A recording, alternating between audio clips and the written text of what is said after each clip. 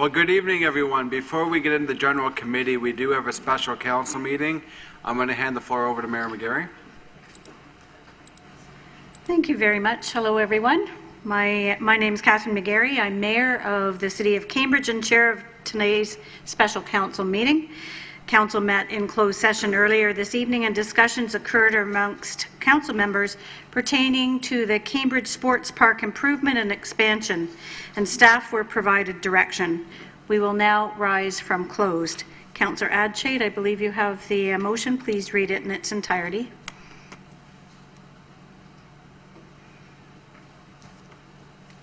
I do, Your Worship. It's moved by myself and seconded by Councillor Wolf that council to rise from closed session. That council rise from closed session and reconvene in open session. Thank you. Any comments from members of council?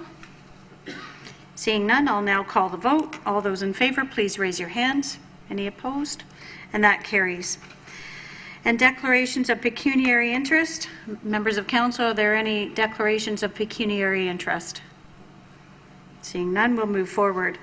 We now go to the confirmatory bylaw, and I think Councillor Mann, you have the motion. Please read it.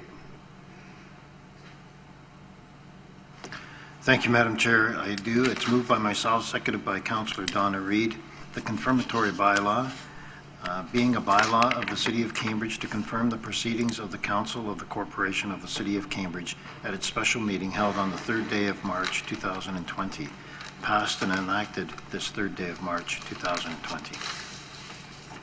Thank you very much. I'll now call for the vote. All those in favor? And that carries. So now, Councillor Wolf, you have the motion for the close of the meeting.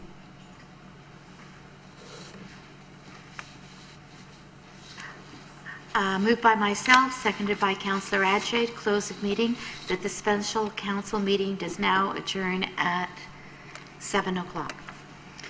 Thank you. I'll now call for the vote. All those in favor, please raise your hands. And that carries. Thanks very much. And over to you, Mr. Chair. Well, thank you. This is a meeting of the General Committee. I'd like to say good evening, everyone. My name is Nicholas Semeta, Councillor Ward 8. I've got the honor of chairing tonight's meeting. Before we begin, I'd like to provide you with a safety notice. In the event of an emergency, please evacuate the council chambers by the nearest exit staircase, which is located through the doorways marked exit, and please obey all instructions given by the clerk. If assistance is required, please see the clerk. Once you have evacuated the building, please gather in the Farmers Market parking lot outside of City Hall. I would like to thank both the media and the public for attending today's meeting, and as a reminder, City of Cambridge Committee and Council meetings are live webcasted and archived in the city's website. And lastly, I would like to remind everyone that we do have rules of engagement in council and committee meetings. Please be respectful while others are speaking. We do not permit clapping, cheering, laughing, heckling, or any form of demonstration. And the reason for that is to keep the chamber neutral so that all points of view can be welcome and recognized, and that everyone can be comfortable doing so. So we ask that everyone listen respectfully, as you would want to be listened to. And as a reminder to committee members to please adhere to the procedure bylaw and limit your questions to 2 at a time. So for introductions, I would like to introduce the members of council. Councillor Donna Reid, Councillor Mike Mann, Councillor Pam Wolf, Councillor Shannon Adshade, Mayor McGarry, and we do have 2 regrets from Councillor Jan Leggett and Councillor Mike Devine, who did want to be here but unfortunately can't make it. Are there any declarations of pecuniary interest? Seeing none, for delegations, we welcome all our delegations, and there is a reminder that you have 5 minutes to address the committee, and please ensure that your remarks relate directly to the agenda item you are speaking to. Otherwise, we may ask that you end your remarks. We do have rules of engagement in council and committee meetings and ask you to ensure that your remarks are respectful and that you refrain from asking questions of the committee. However, you can talk to staff at the end of the meeting and provide direction, and they'll get back to you at a later time. So at the 4-minute mark, you will hear a bell, which indicates you have 1 minute remaining. And once you have finished, the committee may ask questions of you to clarify your remarks. And lastly, thank you for being here this evening.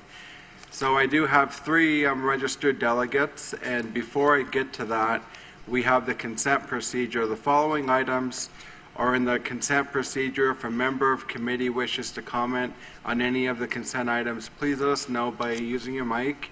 In the interest of time, we will look to vote on the consent procedure in a block, but if you wish to comment, you are welcome to. Councillor Adshade, you've got the consent. I'll let you put that on the floor, and please read all the items. Thank you. Thank you, Chair. It's moved by myself and seconded by Councillor Wolf that all items listed under the heading of consent procedure for Tuesday, March 3rd, 2020, General Committee agenda be adopted as recommended. Item number 1, the Community Wellbeing Advisory Committee minutes, December 5th, 2019.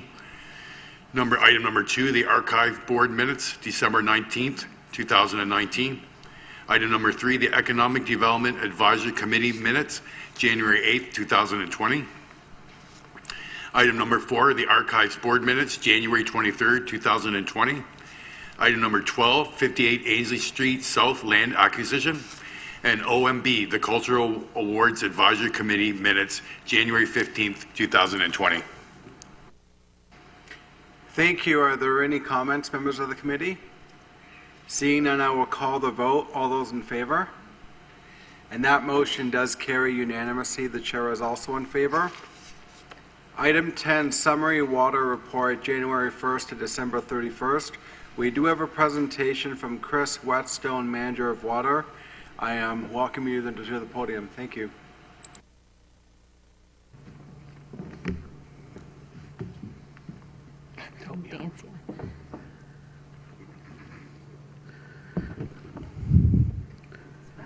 Okay. Good evening. I'm Chris Whetstone, Manager of Water for the City of Cambridge, and I'm pleased to be here this evening to give you the summary of the water report. Just the purpose of the report, basically the Drinking Water System Regulation of the Safe Drinking Water Act requires a summary report is to be prepared and provided to Council by March 31st each year. The summary report includes only basic sampling results, consumption volumes, and some high-level operational expenses. Just please note, a more comprehensive drinking water quality management report will be presented to General Committee early summer, outlining more detailed information, including water loss, system performance indicators, and audit results.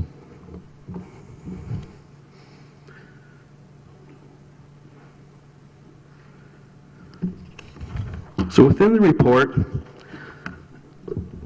just to go over some growth items, a description of Cambridge distribution water system. Noted numbers are there was 589 kilometers of water mains in 2019, a difference of 3 kilometers compared to 2018. 40,887 service connections in 2019. A difference of about 1,015 service connections compared to 2018. Approximately 3,500 public hydrants compared to about, with respect to about 61 hydrants the previous year in 2018. And about 5,257 valves in total in 2019 compared to 5,126 in 2018. A difference of 131 valves. So basically, some minor system growth.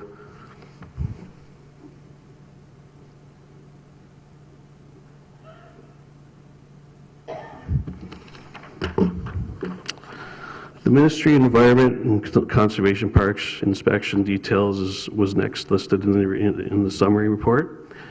The inspection was carried out January 17th of 2020, and Cambridge received a perfect score for the inspection period, indicating no non-compliance issues for the season of 2019 from January 1st, 2019 to December 31st. Just note, Cambridge has received a perfect score for the past 5 consecutive inspections.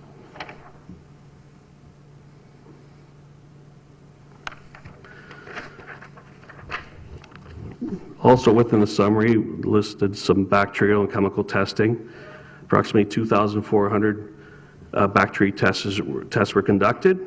Of those, 1,880 E. coli and total coliform tests, 623 HPC counts, 832 chlorine residual tests, and 32 other required samples.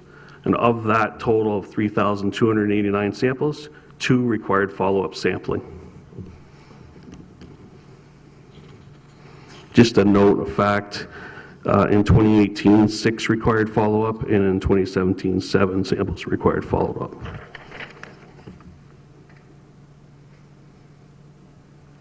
High-level major operational expenses incurred: water connection maintenance, about $2,300,000. Water main maintenance, about $1,315,000. And hydrant maintenance, flushing and swabbing to the tune of about $526,000.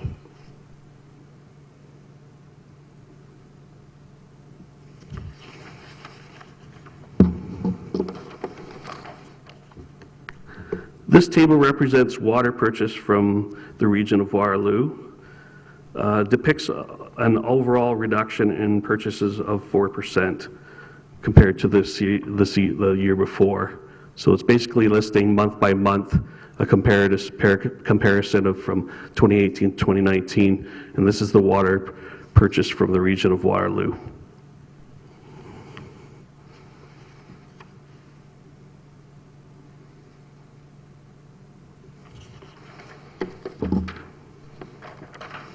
This table shows overall that while purchased water was reduced by 4%, the number of service increased by approximately 2.5%. So you can see us over the few years previous of our water consumption going down. We may have tweaked it a little bit higher in 2018, but we've gone back down in 2019.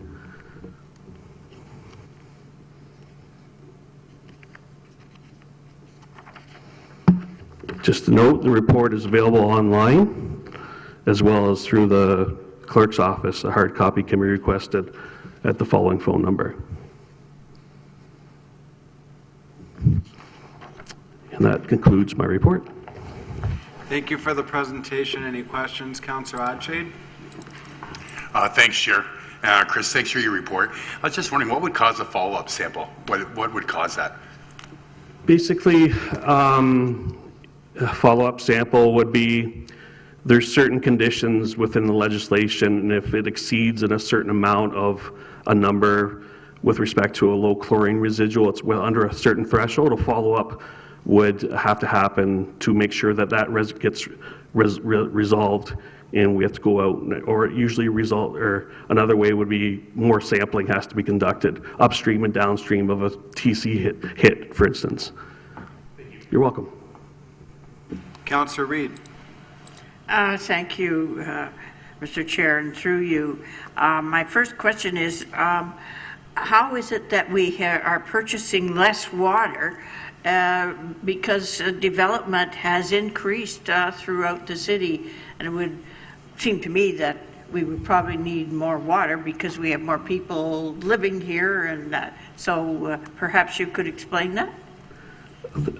Through the chair, to answer Councillor Reid's query, that's a very good question. I think through conservation efforts and more people are trying to conserve water, albeit that more service connections were connected. I think more and more people are trying to conserve more water as the price of water goes up, I believe.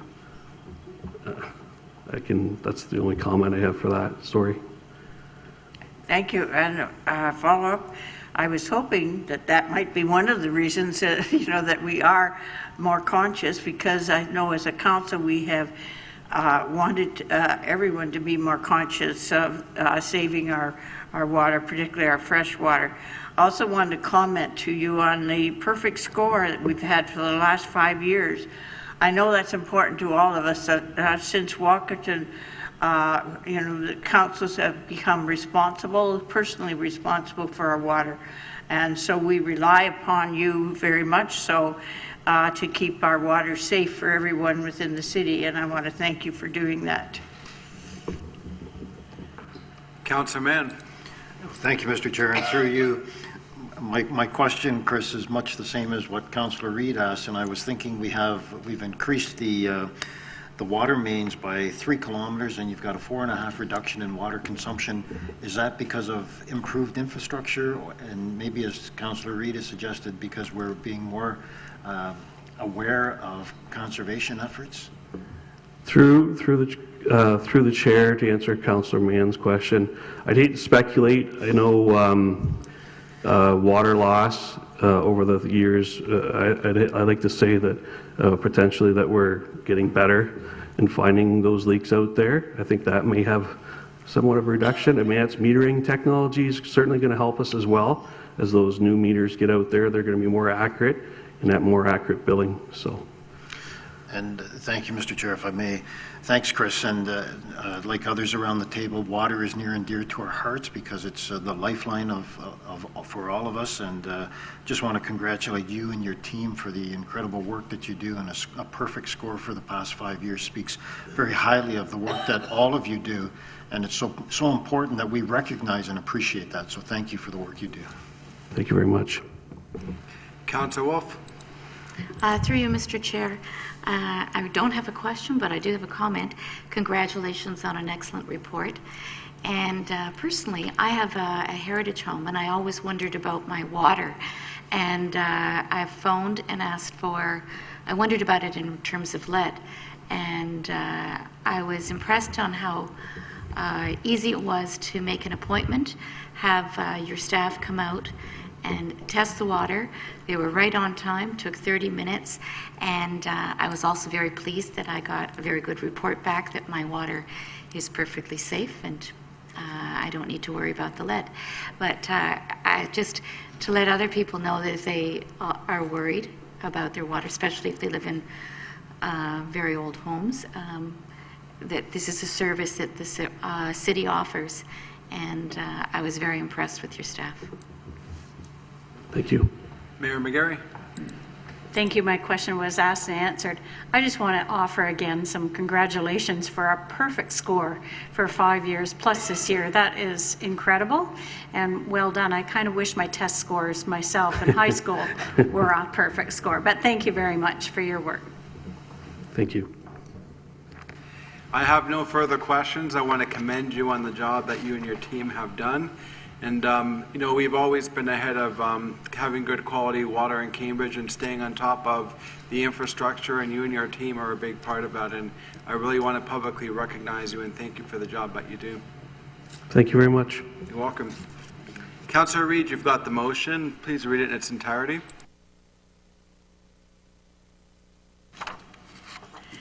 Thank you, Mr. Chair. It's moved by myself and second by Councillor Mann. Summary Water Report, January the 1st to December 31st, 2019.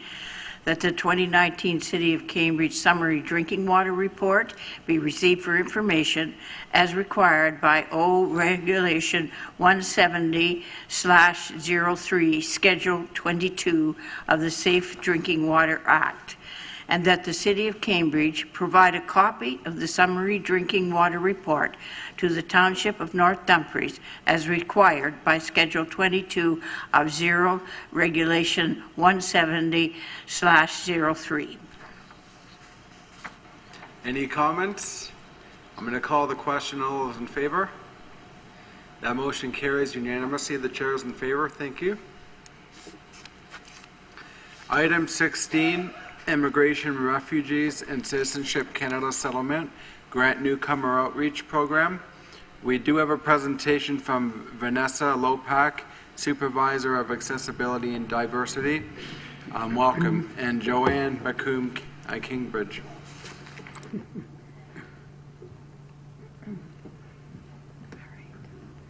All right.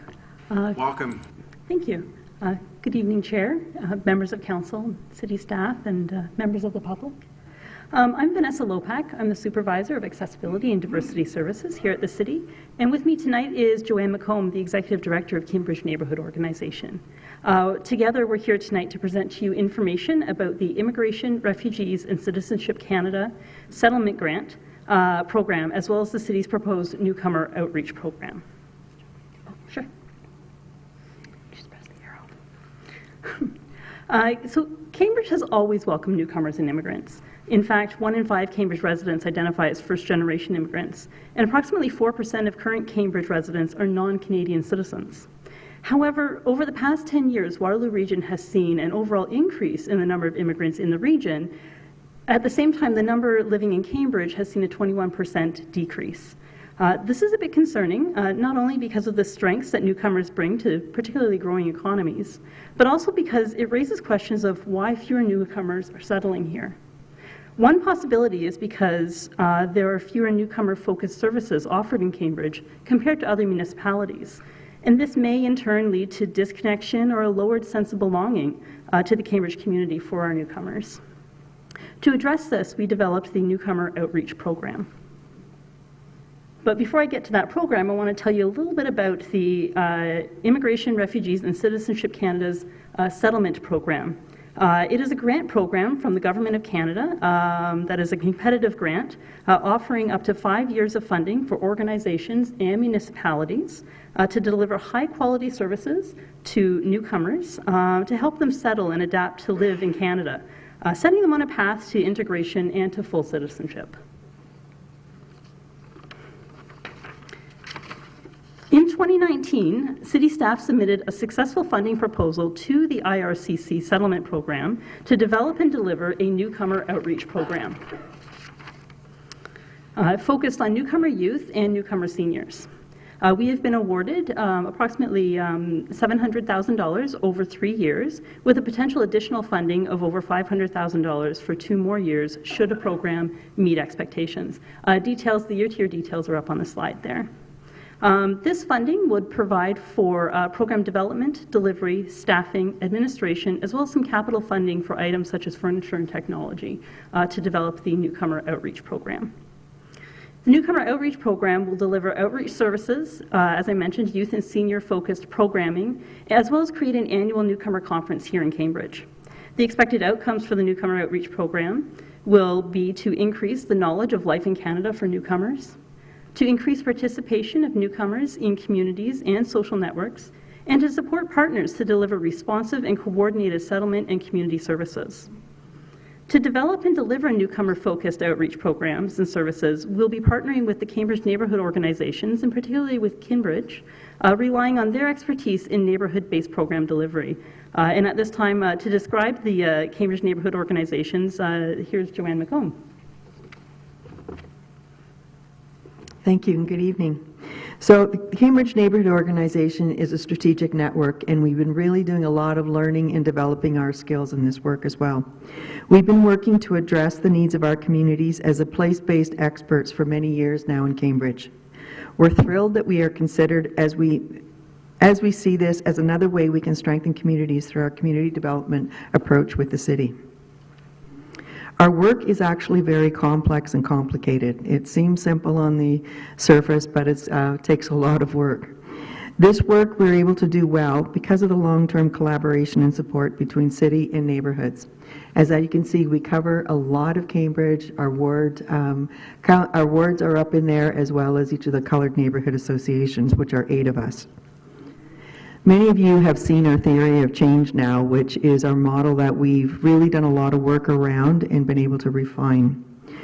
Cambridge neighbourhood organizations are good at linking community together at the grassroots level, place-based in each of our neighbourhoods. We have 3 strategies. We have our community of practice, where we learn, share, and support our network members.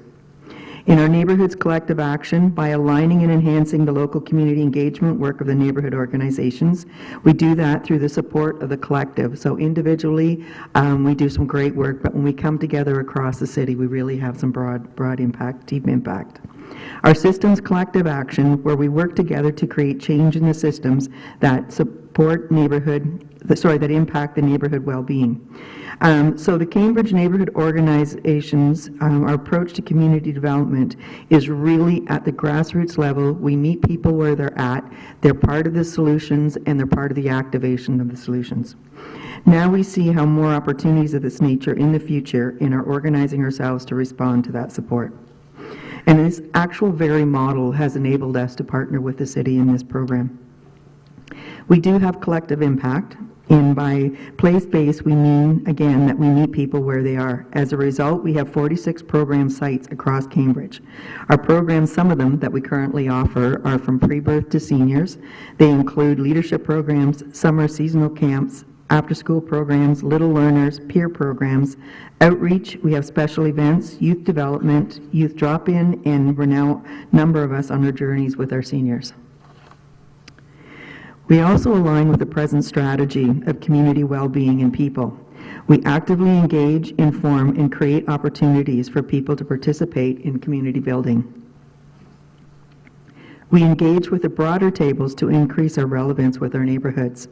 We're at the community well-being table. We're at the children and youth planning table. We've been there since its early inception. And we've been sitting for many years on the Waterloo Region Crime Prevention Council. And this is a slide I want to talk to. Early in my career here in Cambridge and neighborhoods, I'm constantly reminded that the community development approach matters. People matter, dreams matter, and hope matters. A group of community members came together to create a community garden in the Christopher Champlain community at the time. They did their own naming, they did all the steps that they needed to do. And it was really important that they just didn't call it a garden, but it was Christopher Champlain Cultivating Community Garden. It wasn't a tick box. It wasn't just about food, done, we have fresh food. It was about engagement. It was just as important for people to belong as it was to have food. So that's a constant thing that I remind myself, that this work is not a tick box. And why Kinbridge, if there's 8 other neighborhood organizations, how we partner.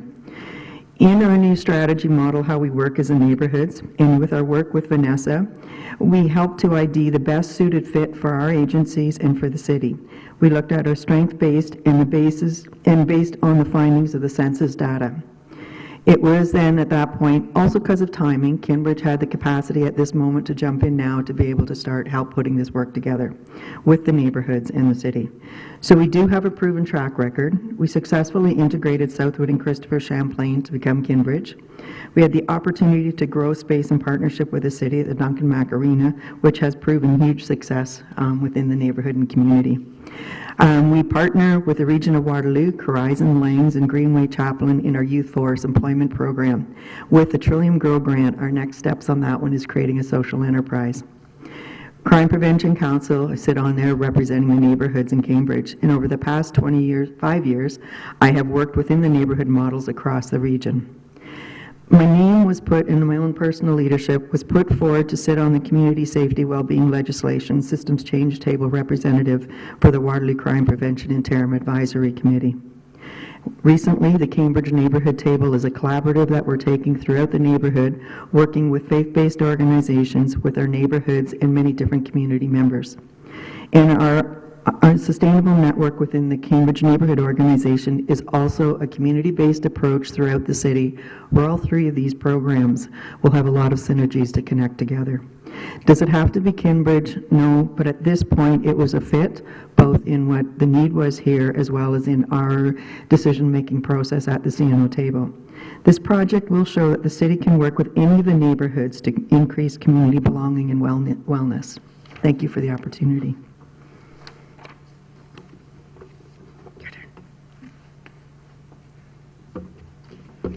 Thank you, Joanne. So working with the neighborhood associations through Kinbridge offers us an opportunity to deliver newcomer outreach services at a local neighborhood level using a community development approach that they have a track record of delivering effectively.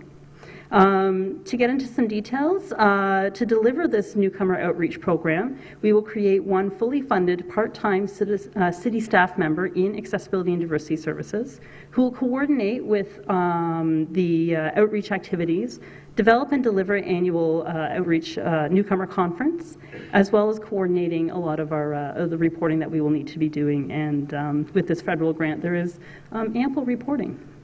Kinbridge, in turn, will also hire an additional 2 full-time outreach workers, again fully funded through the IRCC settlement grant, to deliver outreach services and to develop and deliver responsive programming to newcomer youth and to seniors.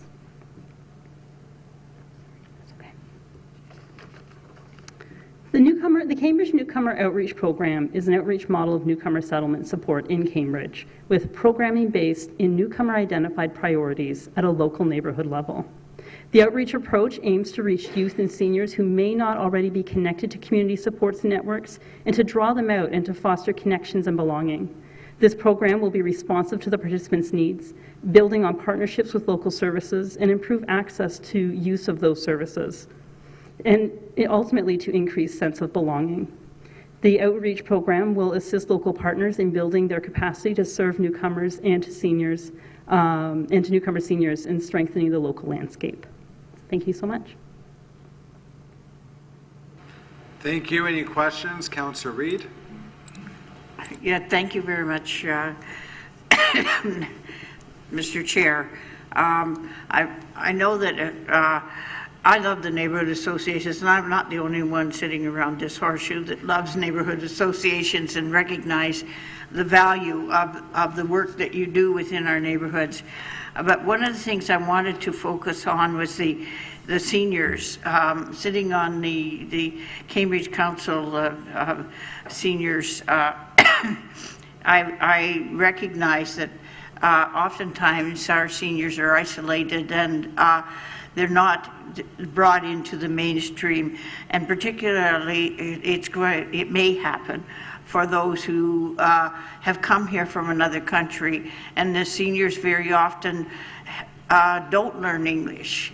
They retain their language of the country they came from, which also then makes it more difficult for them to be integrated into our society. So I'm wondering if there's anything that you have in your programming that might deal with some of those issues. Absolutely.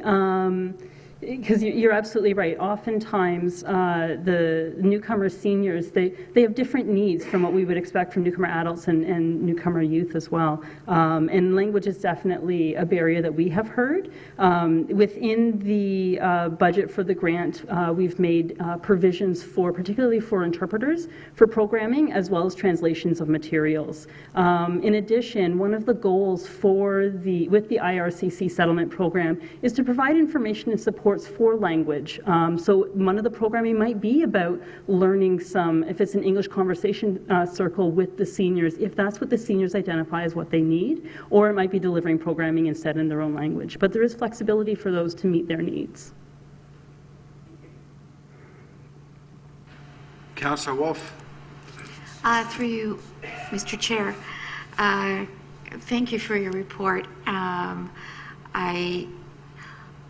Well, as Councillor Reid said, we love the neighborhood associations.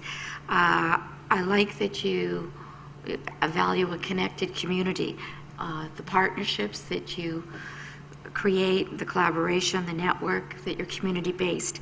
I also like the fact that this whole program seems to be proactive, as opposed to so often we're reacting. So how soon will you be hiring your outreach workers and your coordinator? Did you want to take that? Do you want to take that? Yep. Part of it is dictated by the grant, so I don't believe we can even put a posting out until April 1st, I believe it is. So as soon as the clock ticks midnight 1:01, April 1st, we'll post the job positions. Okay, well, that's great, and I hope that the sooner the better. And I really like the way the newcomers were going to identify their needs, and you're going to base your programs on that. That's excellent, too. So thank you for the wonderful work you continue to do. Thank you. Mayor McGarry? Thank you very much for your presentation. I'm really looking forward to this. I know that the employment needs of this area, in particular the skilled trades, is looking to new Canadians, is looking to immigration, not only to fill the Conestoga College's new building where they're consolidating all their skilled trades, but Dr. Tibbetts has identified immigration as being extraordinarily important in order to bring people here to fill the jobs that our employers really need.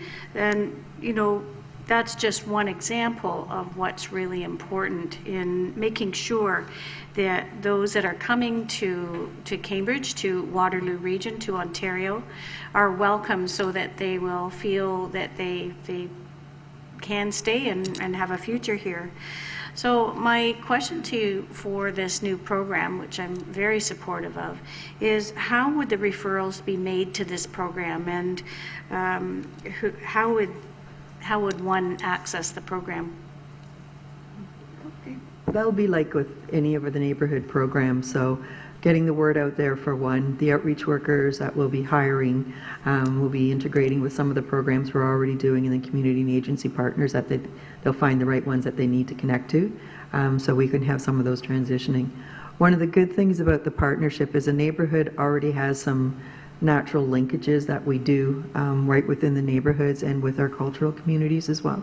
So we having some of those links and referrals will happen that way. So it'll be a two-way street, identifying who we need to be speaking with, and then letting our workers, outreach workers, identify the needs through the various communities that they're reaching out to. Thank you. And if I may, Mr. Chair, for a follow-up, then you're talking about some of the partnerships that can be leveraged. Can you see where there may be a possibility to link with our post-secondary education facilities in order to ensure that students there are connected with services in Cambridge? Oh, absolutely. Yeah, absolutely. We'll be going across the board, up, down, sideways, yeah, to meet all the referrals and also what the needs are, because we're also open to learning, because we don't, I mean, a lot of us are not newcomers by any stretch of the means. And this is part of the excitement for us, too, is just to see where this goes as well and let it develop as it needs to, and develop not how we prescribe it. Great. Thank you so much. Councillor Mann. Thank you, Mr. Chair, and through you, Vanessa and Joanne, thanks for the presentation this evening.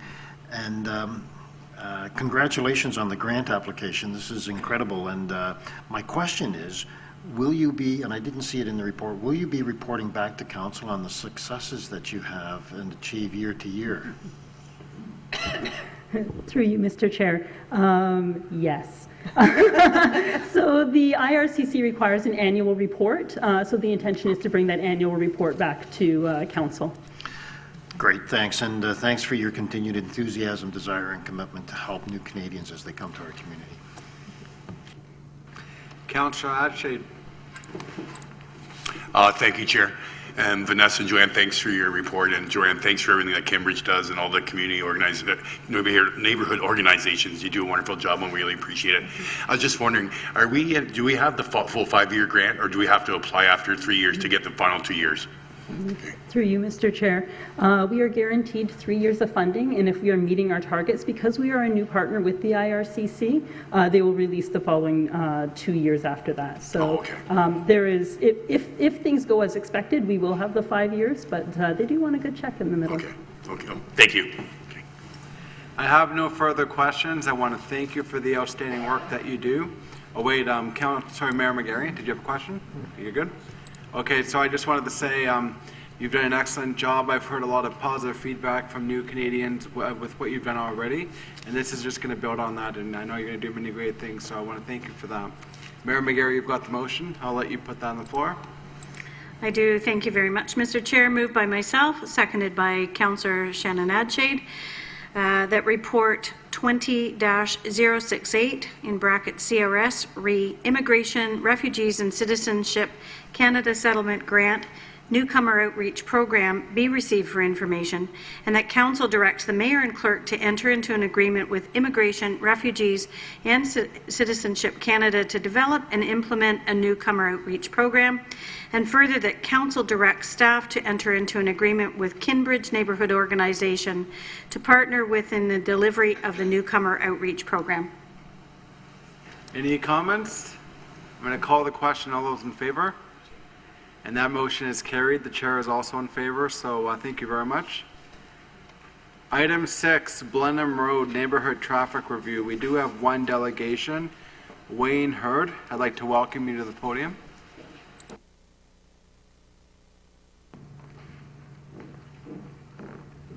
Thank you.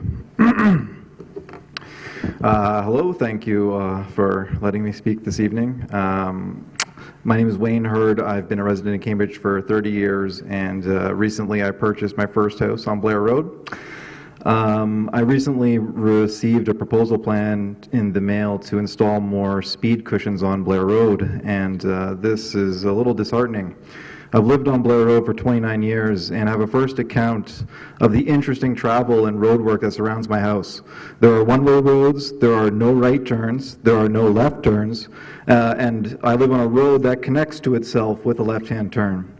Several years ago, speed cushions were installed on Park Ave. It's right beside Dixon Park. Although they took a little while to adjust to, I think they do a great job. They insist in the reduction of the speed of the cars through that area. These speed bumps are certainly not made equal, though, and if you go from one to the next, they are a different size. One requires a little bit of extra caution than the rest. It's almost noticeable. They exist on a road that doesn't suffer from any real extreme ice conditions or angles in the road. Although they are doing a great job, they aren't perfect, and just this summer, a child was hit on his bike only meters from the bumps. A helicopter was flown in to help him. Less than a year ago, more speed cushions were installed to the area, specifically my road, Blair Road. These ones are a little bit different than the rest.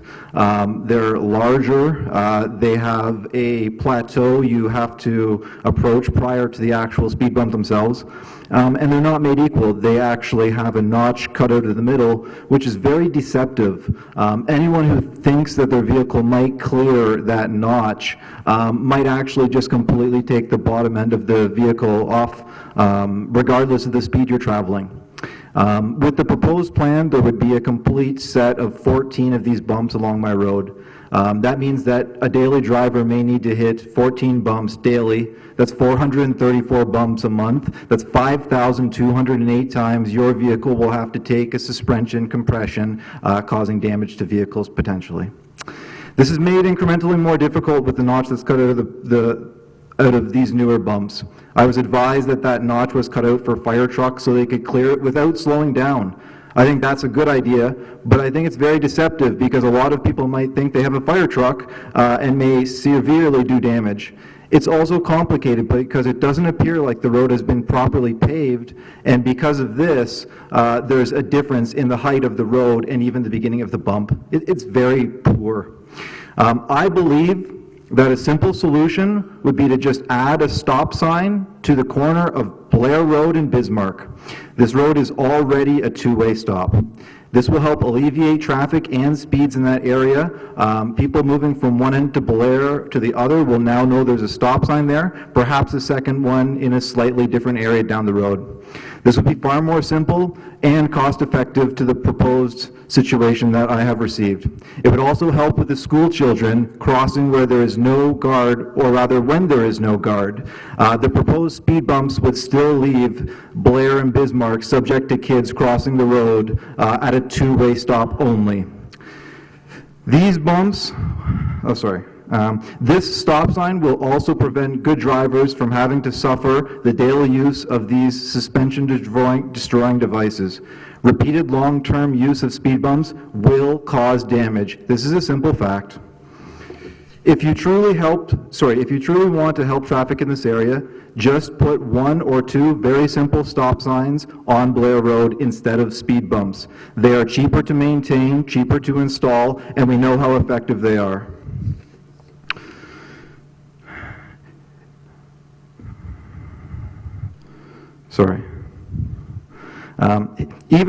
Even hitting these speed bumps at the correct speed may not cause any immediate or obvious damage, but it is clear that over time this will cause wear accelerated on more than just one part of your vehicle.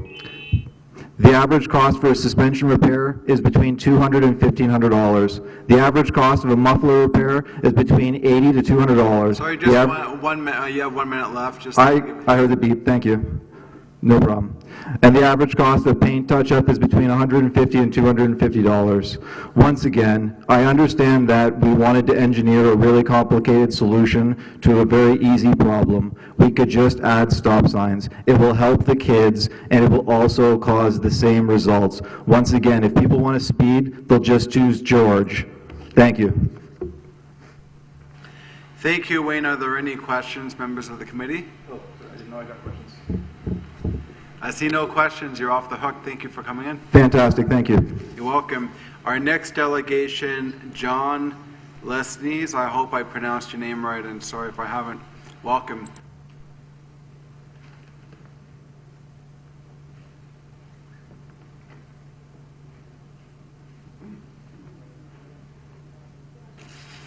John does not appear to be here. So, Councillor Wolf, you've got the motion. Please read it in its entirety.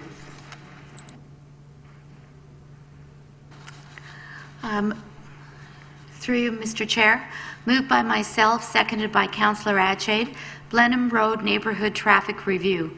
The report 20-036 regarding Blenheim Road, Blair Road Neighbourhood Traffic Review is received, and that additional traffic calming measures, 2 speed cushions be installed on Blenheim Road from Blair Road to Parkwood Drive, and that 6 speed cushions and a curb extension be installed on Blair Road from Grant Street to George Street, and further that a curb extension be installed on Bismarck Drive at Devil's Creek Trail crossing along with seasonal traffic calming signage.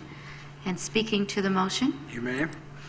I'd like to commend staff who have taken a great deal of time and much study to come up with this solution. I've had many constituents complain about speeding on Blenheim, Blair, and in that neighborhood.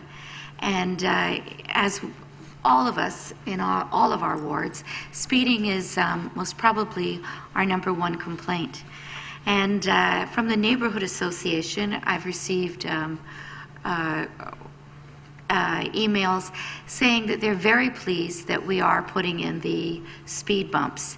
I know not everyone likes them, obviously our delegation tonight, and I do think that some of the problems where people aren't used to the pillows where they're divided, once they go over the road once, they'll be aware that this is what's there. And as I had replied to the delegate in an email, we have the speed pillows as opposed to the speed bumps that go all across the road because we wanted to accommodate our emergency services, which are the fire engines. I know, and actually speaking to the mayor, it doesn't work so well for ambulances, but it is safer. And we all have many times discussed that installing stop signs is not how we should be controlling speed. 4-way stops create their own problems. So from most of the neighbors that I've heard from, they're very happy that we're installing these speed bumps, and I hope that this will solve our speeding problem on these streets. Are there any further comments? Seeing none, I will call the question. All those in favor? And that motion is carried. The chair is also in favor. Item 7, Salisbury Avenue Neighborhood Traffic Review. We do have one delegation. Leah Masters, welcome.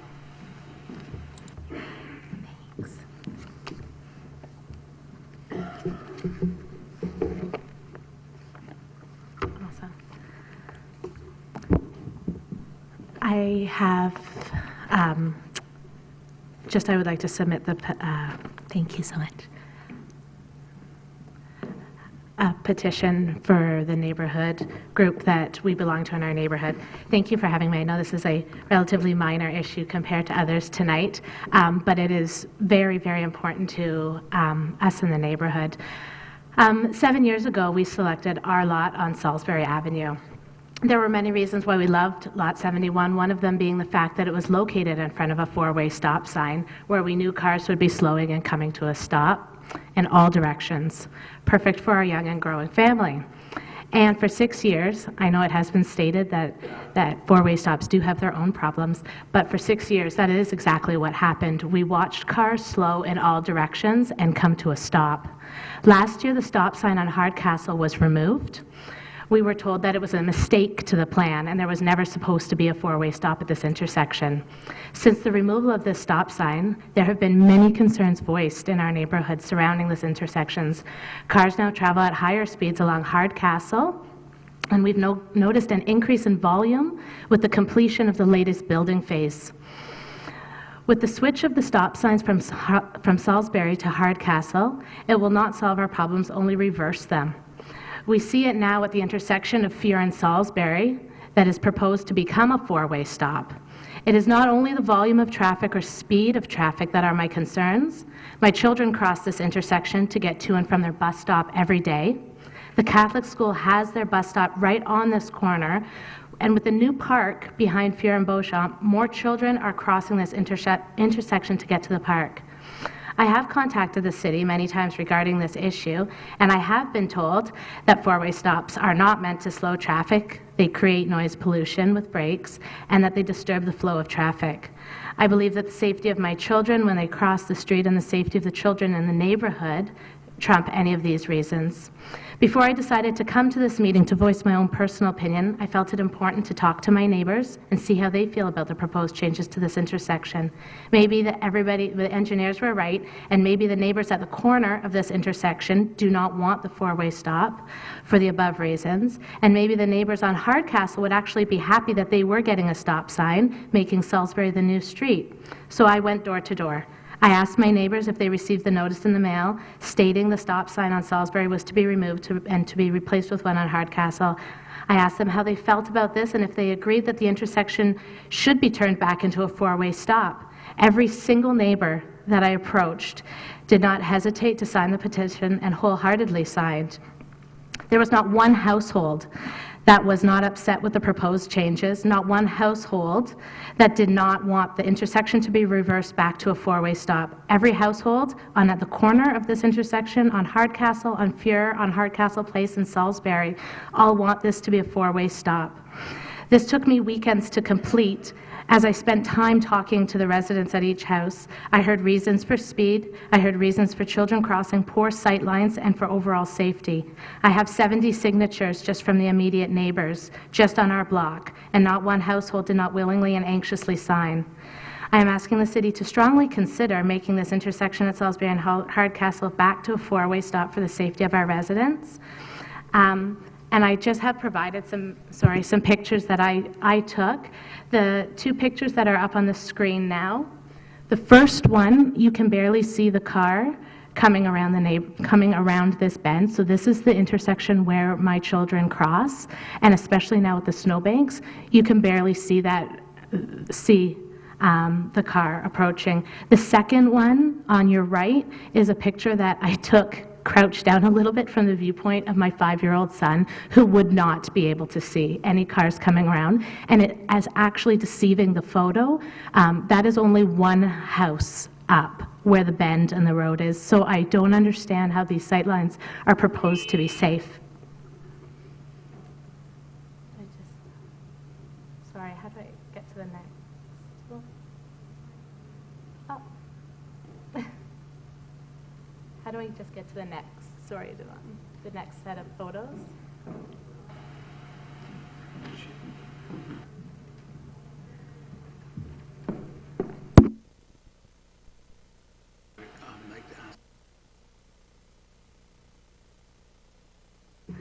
I did have other photos provided from the other side, crossing the other side of the street, where the parking would be reversed. So now coming from the other side, when my children cross from the other direction, there will be parking now on that street. So my children, and this neighborhood is a newer subdivision with almost so many households having young children crossing the street, they have to look around the cars. I did provide pictures to the city from Hardcastle, where it is an absolute straightaway street. There will now be stop signs on this street, which I am very happy about. But even that straightaway street, I had pictures provided that show cars coming around, and you cannot see around this. So I am happy that there are stop signs for this way, but I struggle to see how this is safe for our children to not have this become turned back into a four-way stop. Thank you. Thank you. Any questions? Seeing none, thank you. Thank you. Councillor Wolf, you've got the motion. Please read it in its entirety. Through you, Mr. Chair, Salisbury Avenue Traffic Control and Parking, that report 20-027 regarding Salisbury Avenue traffic control and parking be received. and that the existing stop control at the intersection of Salisbury Avenue, Beauchamp Drive at Hardcastle Drive be reversed so the stop control is on Hardcastle Drive and Salisbury Avenue becomes the through street, and that the existing no parking restriction on Salisbury Avenue between Hardcastle Drive and Furr Drive be switched to the north side of the street, and further that Salisbury Avenue at Furr Drive be converted to an all-way stop. And perhaps now maybe ask staff to perhaps comment on if we were going to keep a four-way stop here. Their thoughts? I'll get Mr. Etienne to answer that. Through the chair, I'll ask Shannon Noonan to provide some background. Thank you.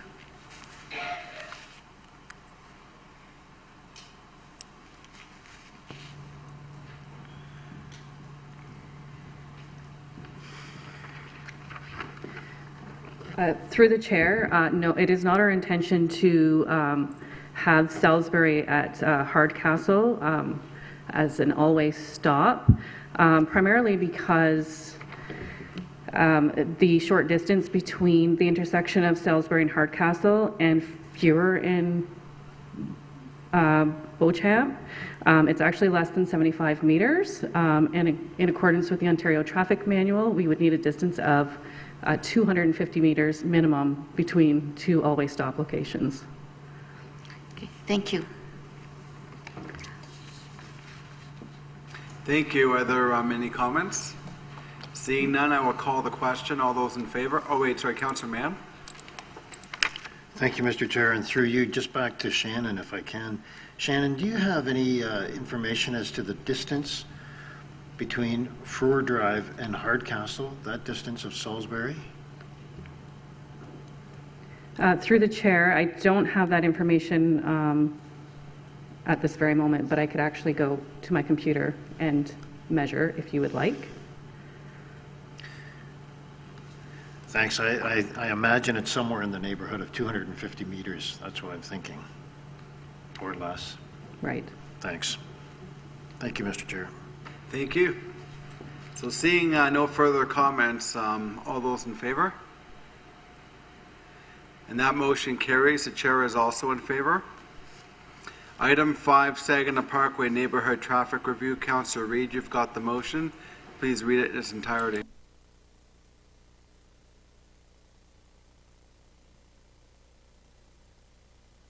No, I don't have that one.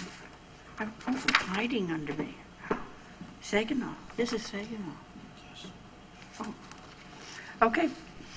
Moved by myself and seconded by Councillor Mann. Saginaw Parkway Neighborhood Traffic Review. That report 20-037 CD regarding Saginaw Neighborhood Traffic Review be received, and that the traffic calming measures recommended in report 20-037 CD be implemented on Saginaw Parkway, Green Vista Drive, Glenberry Drive, Country Club Drive, Essex Point Drive, and Burnett Avenue. And further, that staff be directed to review the need for the all-way stop on Burnett Avenue at Country Club Drive and report back to Council in October 2020. Are there any comments? Well, using chairs, Councillor Atchade. Thanks, Chair. I'd just like to commend staff on putting in a lot of work. That was very detailed. And I think it's something that's long overdue. There's been concerns. I know you know this, Nicholas, yourself, on Saginaw Parkway and that those adjacent streets, and especially true because there's so many schools in that neighborhood, and there's some real concerns. So I'd just like to say I think it was really well done study, and commend staff on their work on this. Mayor McGarry. Thank you very much, Chair. And I also wanted to add a comment again just about traffic safety in general. We have noted as council members and as mayor that traffic safety and speeding in the city is of primary concern, probably our #1 issue why people contact us. And we'll be continuing to further along an education program for drivers again. I know that the Region of Waterloo is rolling out a traffic safety program, and I think we'll be doing a little bit more in the future regarding traffic safety, and all of the concerns that we have can be addressed by drivers following the rules. Thank you.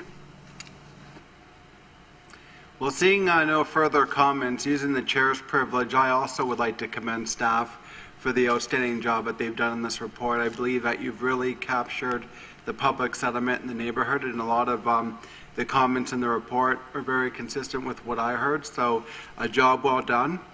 And I would just like to also say regarding the radar signs, great idea. I did see a sign in another municipality that had like a white flashing light that would kind of resemble almost like a red light camera. Maybe that could be looked at as one of the signs. I know that you'll be looking at different radar signs, but I found that that caught people's attention, and there were a lot of red headlights as soon as that came on, and that were the cars in front of me.